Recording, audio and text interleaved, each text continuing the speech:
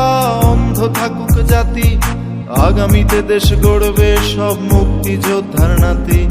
বন্ধ থাকুক পড়ালেখা অন্ধ থাকুক জাতি, আগামীতে দেশ চালাবে সব মুক্তিযোদ্ধার নাতি। তুমি কে আমি কে, রাজাকার রাজাকার, চেয়েছিলাম অধিকার হয়ে গেলাম রাজাকার।